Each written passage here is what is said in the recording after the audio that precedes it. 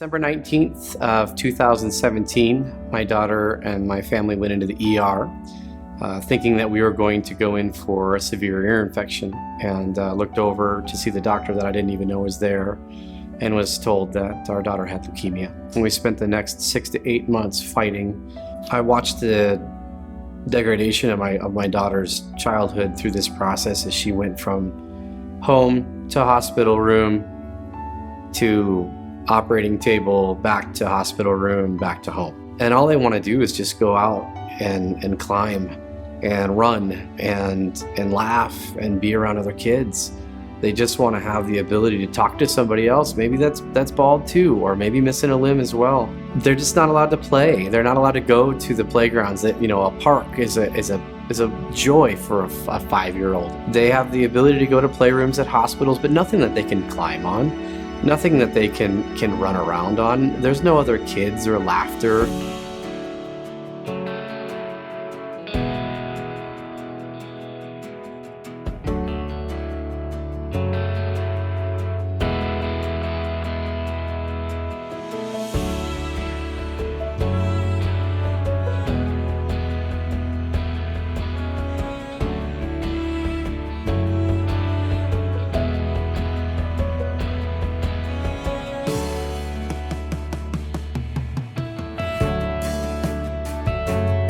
The project's been moving by very quickly since we've last done our video. Obviously, we were sitting in our living room, shooting the video before. Now we're in the space here at Lily's Pad.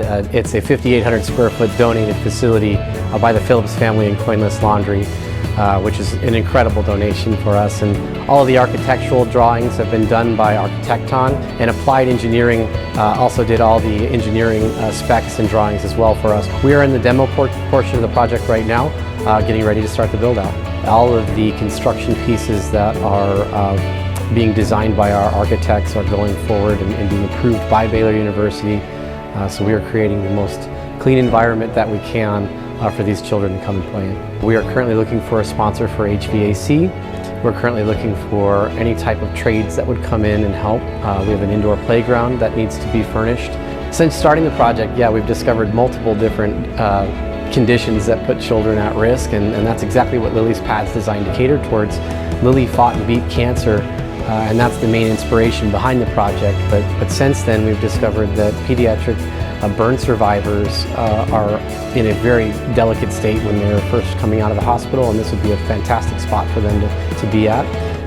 In addition to congenital heart defects, and also organ transplant recipients are great candidates for Lily's Pad, and we're looking forward to a very interesting group of children that will be gathered here to heal and play.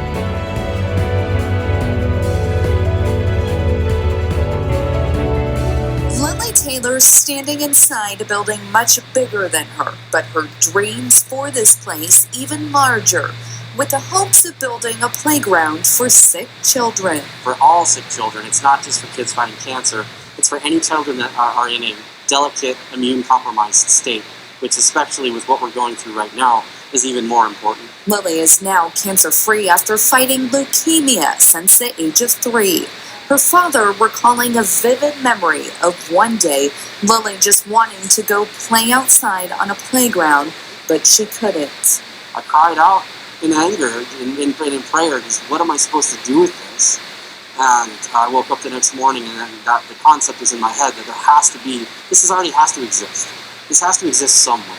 So I started making phone calls, and they said it doesn't exist as far as we can find and as far as we know. Brad Taylor coming up with the idea where kids like Lily could play.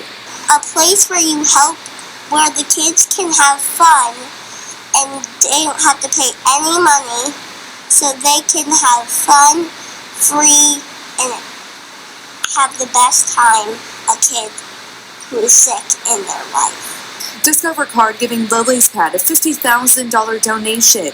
Lily's Pad only a fifth of the way to its fundraising goal. Each painting here is a donation to hopefully open these doors in the next year. Instead of having operating equipment or beds to lay on, they're going to have a playground equipment to slide down and climb on and be kids. And Lily will be the one to make sure this happens. In Tempe, Nicole Grigg, ABC 15.